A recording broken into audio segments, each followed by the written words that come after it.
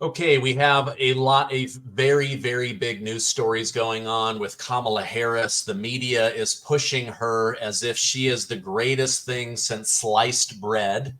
To help me go through all of that, I have Bishop Leon Benjamin with me. Thank you so much for joining me this morning. God bless you, Stephen. It's a pleasure to be here. And you're so right. There's so much going on. We're going to have to slice it all up, and then let's see if we can dissect all of this and make sense out of it. Yes. Let me give some background to my audience. Leon is a small business owner. He's also a pastor and a veteran that served our country. He is also leading the charge on Maga Black. Tell my audience what is Maga Black, just so that we understand it and we can go do some research. Yeah, they can go to the website magablack.org, but it's really a grassroots coalition, Black, Brown, and White Unite, bringing together real conversations in the minority and Black community about what policies, and we're talking about America first, and we're really talking about things that work as opposed to things that don't. So it's really common sense policies, kitchen table conversations, that when we talk about high taxes, does that work or does lower taxes work? Dealing with education, myself as a pastor really harped on education. Are our kids really learning? I have a learning center of since 2010, where we have a daycare and learning center where we teach kids the basics, math, reading, all those things, and it's amazing that in the Black community, the Democrat Party doesn't want to have those conversations. Everything is glitter and gold and parties and dancing. And when it comes to the real issues, no one wants to talk about it. So MAGA Black goes right to the heart of the issue. Are you any better off these past 3.5 years than you were back then? Are you better? Are things looking good in your community? Is crime gone down? Is gas prices gone down? How about eggs? I mean, these are very basic conversations that we can have, and we're just doing it in several states: Pennsylvania, Georgia, Michigan, Wisconsin, and hopefully in a few days, Virginia. Yeah, well, you mentioned you're in Oklahoma today, so you're just out practicing what you preach and getting the word out there. I don't know if you saw this, but yesterday Kamala Harris gave a speech in Eau Claire, Wisconsin, where she said, "When I'm finally in office, I will fight inflation and I will make prices go down."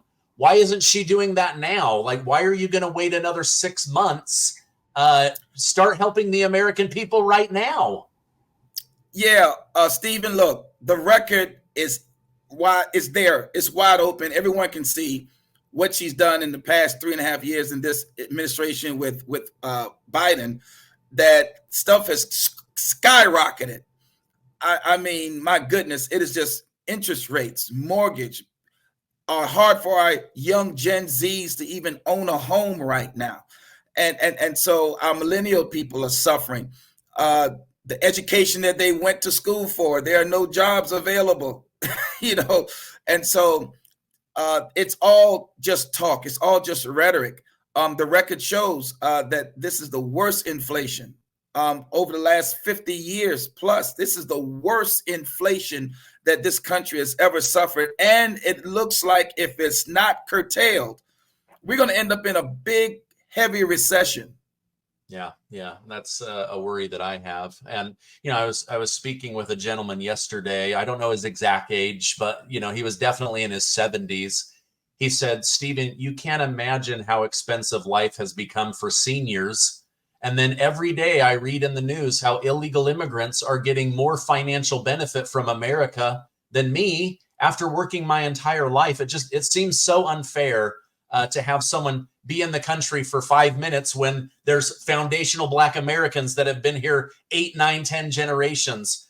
There's other Americans, they're born here, raised here, they worked there decades of their life for this country, and then illegals are getting more benefits." What are your thoughts on illegals getting more benefits than Americans?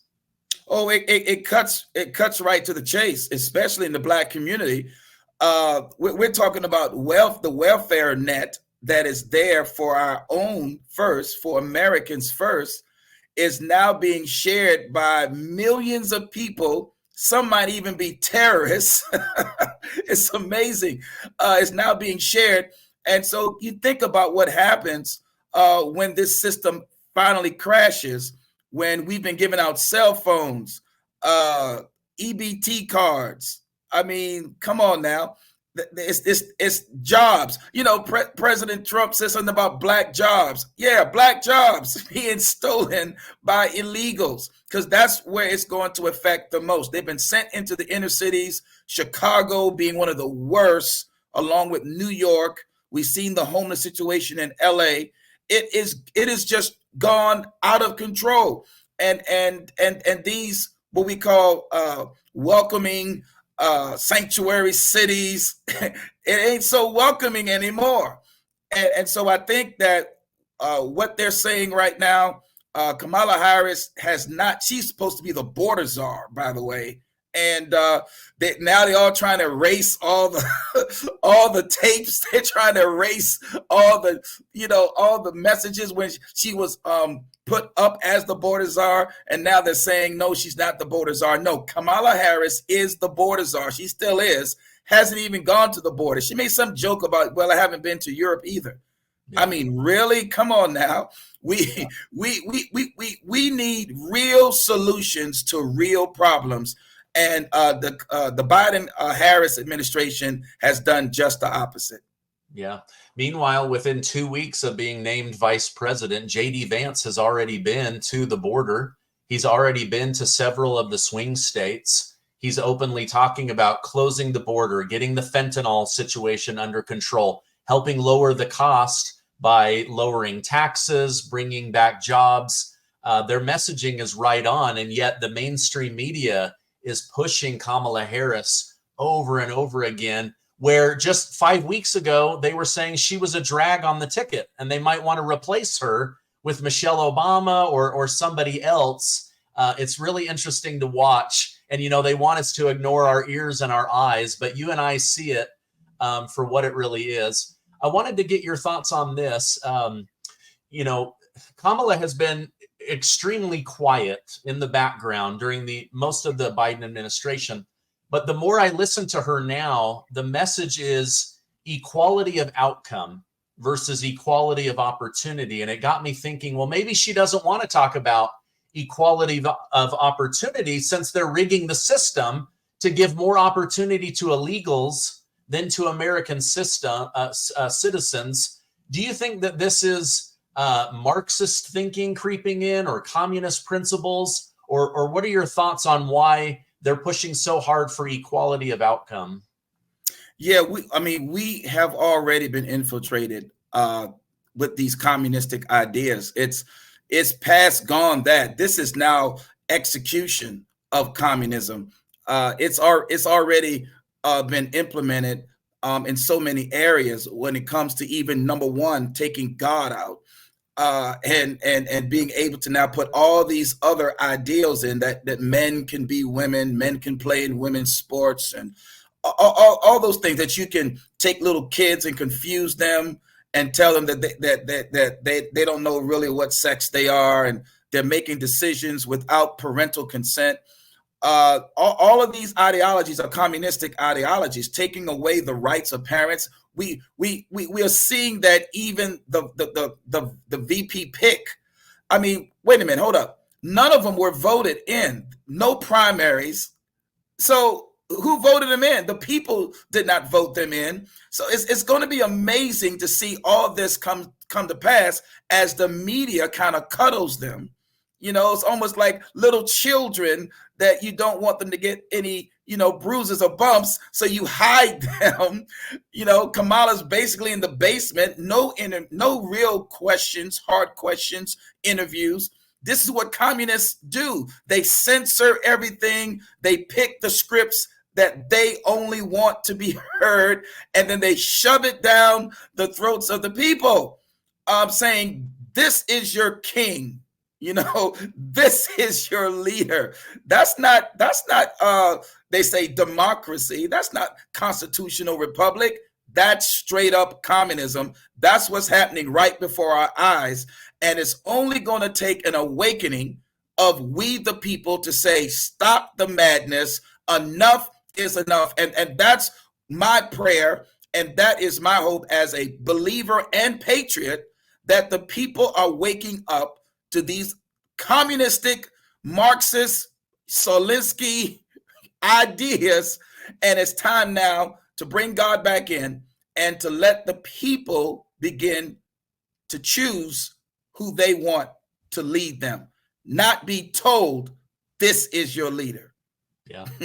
Yeah, Queen Kamala, they want to install her versus allowing the people to vote her in. I want to talk a little bit more about that down the road. But the governor of Virginia, Glenn Youngkin, he's raised serious concerns in the last 48 hours about election integrity in light of missing ballots, evidence of cheating and cover up in the state of Georgia. So not even in Virginia, but now he's going, wait a minute. If it happened there, maybe it happened here as well. He says only legal U.S. citizens should be allowed to vote, and Virginia will be protecting votes and watching, being vigilant for fraud.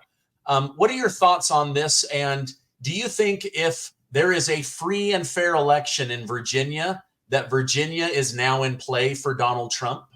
Hey, let me take 1 minute of your time to share something concerning. The US dollar has lost 26% of its buying power since Joe Biden got into office, and the stock market is getting shaky. That's why I've partnered with Colonial Metals Group to help you understand how to protect your money and your financial future. Being at the whim of the stock market or the current administration does not make me feel safe or secure with my money. But having a self-directed IRA where I can safely store gold and silver, assets that have stood the test of time, that makes me feel secure. Now, Colonial Metals Group has helped me create a self-directed IRA where I can get direct access to my assets. Let the team of experts at CMG help you protect your family's future. Their level of professionalism and ability to listen makes it easy to learn everything you need to know about preserving your wealth with gold and silver.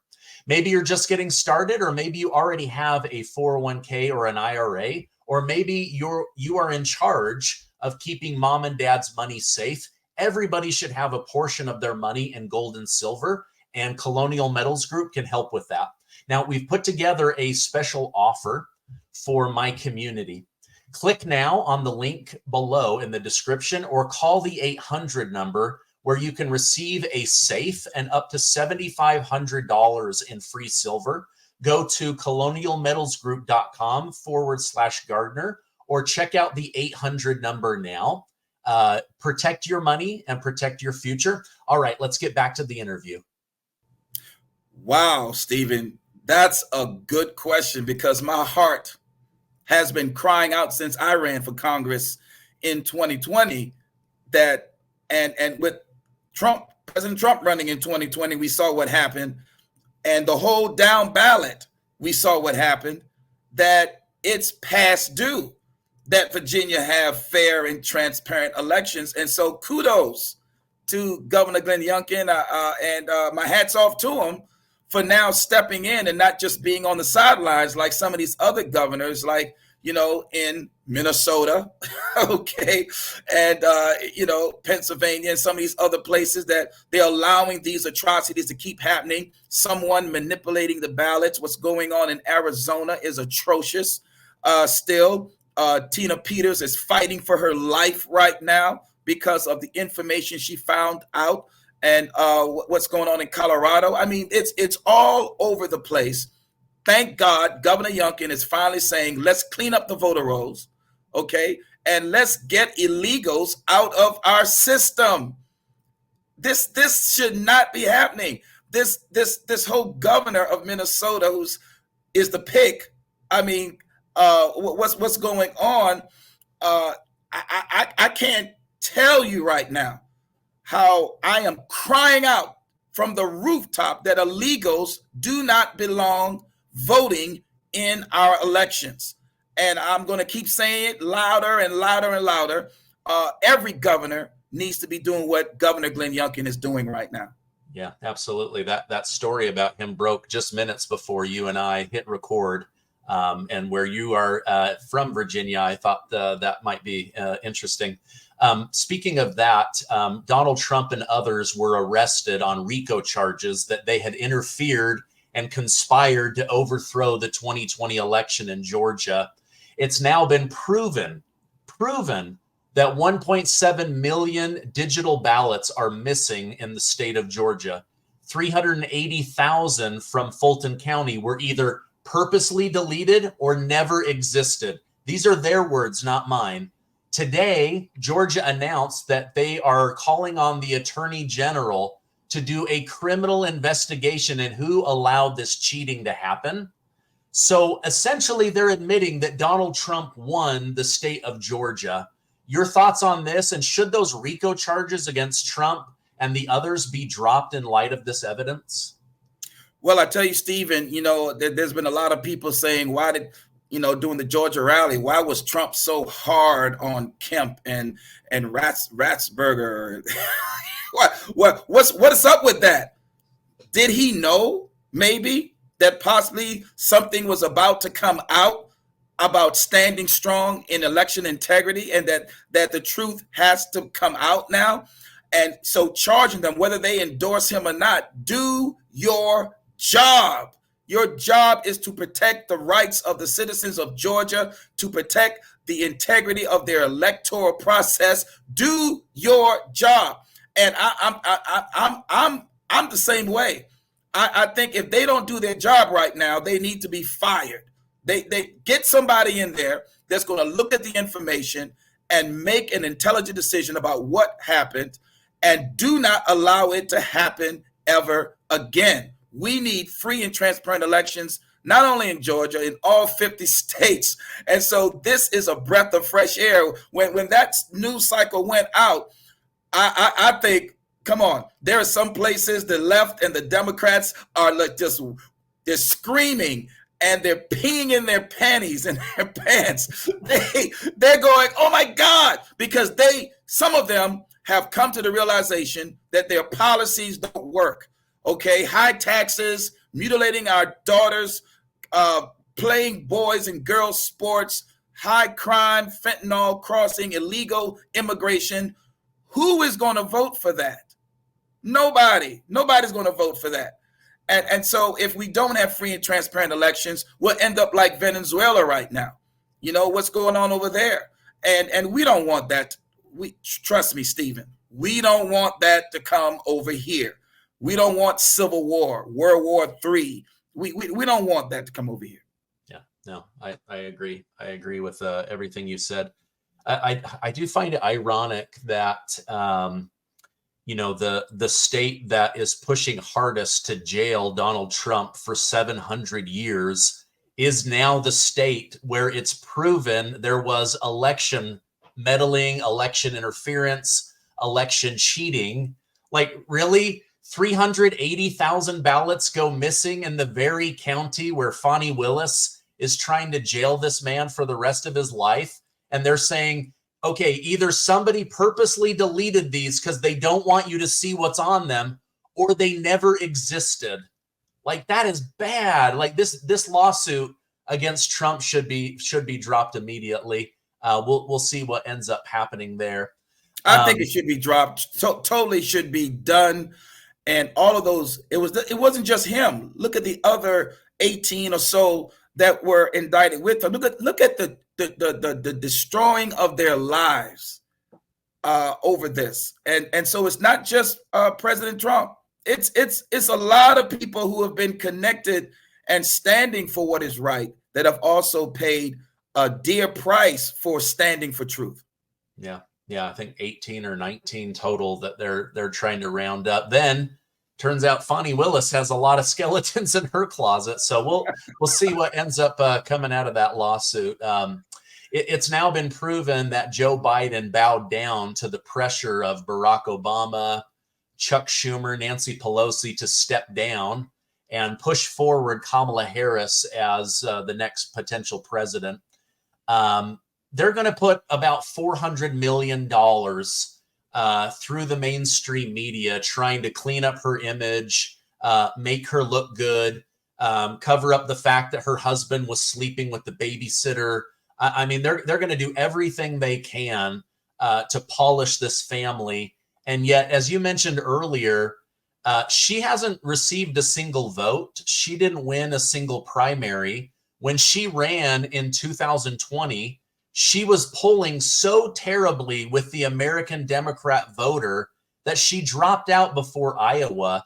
Do you think there's any chance that this was planned, that they would get through the primary season where she would fail and flop, and then they would install her because they know she would not get enough votes to win? Well, I tell you, even something even more diabolical is that they knew that they couldn't get Biden out. So they used President Donald Trump to get him out. I mean, they knew that when they had that debate before the convention, that was going to trigger the next stage, because obviously Biden was fighting and saying, I am not leaving, I am not stepping down. And to have that debate before the convention, because they know they couldn't get rid of him. So they said, hey, let's use the big guy. Let's use the sledgehammer. Okay. And that's exactly what happened. So it fits right into their scheme. They already knew that they were going to install Kamala, just like they installed Joe Biden. I mean, this thing has been an installation since 2020, and I am really looking forward to see how, with all the social media things that are out there right now, and who cares what color Kamala Harris is, okay? Look at what she's done, whether she's Indian, Black, Jamaican, or whatever else she is, Canadian. Look at all the mess ups that has happened under her 3.5 years of being vice president. And you can see that her record does not stand up to what the people really want. And the people don't want high taxes, high gas prices, illegal immigration, fentanyl, killing 300 people a day. I mean, it just goes on and on. Money sent to unnecessary wars. 4 wars started up under the Biden-Harris administration. 4. None up under President Donald Trump when he was in his last administration. So what do the people really think that, they're putting out this thing about how joyous things are? I mean, they're really trying to play this thing that this is a campaign of joy. How long is that going to last when the people go to Walmart and go grocery shopping? How much joy is going to be when they put their credit card into the gas pump station and find out that they're paying almost 50% more for gas than they was 4 years ago? How much joy are they going to have when their children comes home saying, Mama, I'm confused about my sex? And you're going, who told you? What do you? How much joy? It's not going to be too much joy. The joy campaign is running dry. Yeah, I completely agree with you. Okay, final question. Why do you think the Black community, especially Black men, see Donald Trump as a better option for themselves, their future, and their families? Wow, that's $1 million question, Stephen. Let's start with the fact that they should have left him alone and not indict him. But as soon as they indicted him, all the Black folk going, oh, he's one of us. And to have somebody that everybody says is unrelatable, that he's a racist, he's a sexist, he's a homophobe. I mean, all of these titles they've given him, he has ended up being the person that can honestly relate to all people, regardless of race, color, gender. It doesn't matter. And I'm saying in the Black community, man, you should see the Latinos for Trump, Blacks for Trump. I mean, the girl from Chick-fil-A, my girl, Michaela Montgomery. I mean, come on. I mean, down to earth people. Only someone like President Trump can give someone stage like he did in Georgia with Michaela Montgomery. Only someone like him, because he really is about the people. He's about the people, and he's relatable. But I think they were better off, Stephen, leaving him alone. Now he can relate to, I say, Lottie Dottie and everybody. He can relate to Joe Bug the Thug as well as Dr. McGillicuddy. He can relate to the upper echelons of society as well as those who are trying to make ends meet. I mean, this is really a true leader. And I think that's what the blacks are going to go for. They're not going to go for someone who's trying to pull the wool over their eyes and make them smile when things are really not going well. Make them have joy when things are really, really, really bad. And so he's the people person. He's the person that's going to bring this all together. Yeah, I agree. I look forward to seeing him back in office. He has a track record of running a great economy. He has a track record of lowering taxes. He has a track record of irritating the Federal Reserve because he kept interest rates so low, gas prices low, no new wars. I mean, there was just peace and prosperity. And it's not like I'll do these in 6 months when I'm back in office. It's like I already did them and I'm going to do it again, right? I'm going to make America great again.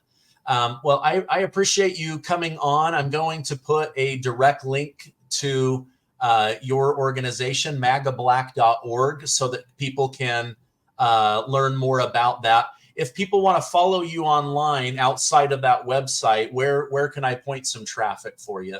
They can go to our Twitter site, Maga Black Now on Twitter, and some kind of crazy thing, TikTok has been going off the chain. So they can go to Maga Black Now on TikTok. And the young people, I love my young people. I got a 28-year-old, a 26-year-old, a 20-year-old, and I'm so glad that they like their dad. I'm so glad that they can relate to what I'm saying, and they give me a lot of feedback, and I appreciate that I'm not out of touch, as far as what's going on with our young people. So yeah, they can find me there on Twitter. Also, they can do Insta. I'm there, Maga Black on Insta as well, and also on TikTok, and we're having a good time. Okay, great. Well, I will definitely send people to the website and over to Twitter. Thank you so much for joining me today. I hope you have a great rest of your day. All right. God bless you, Steve, and keep up the good work, man. Thank you.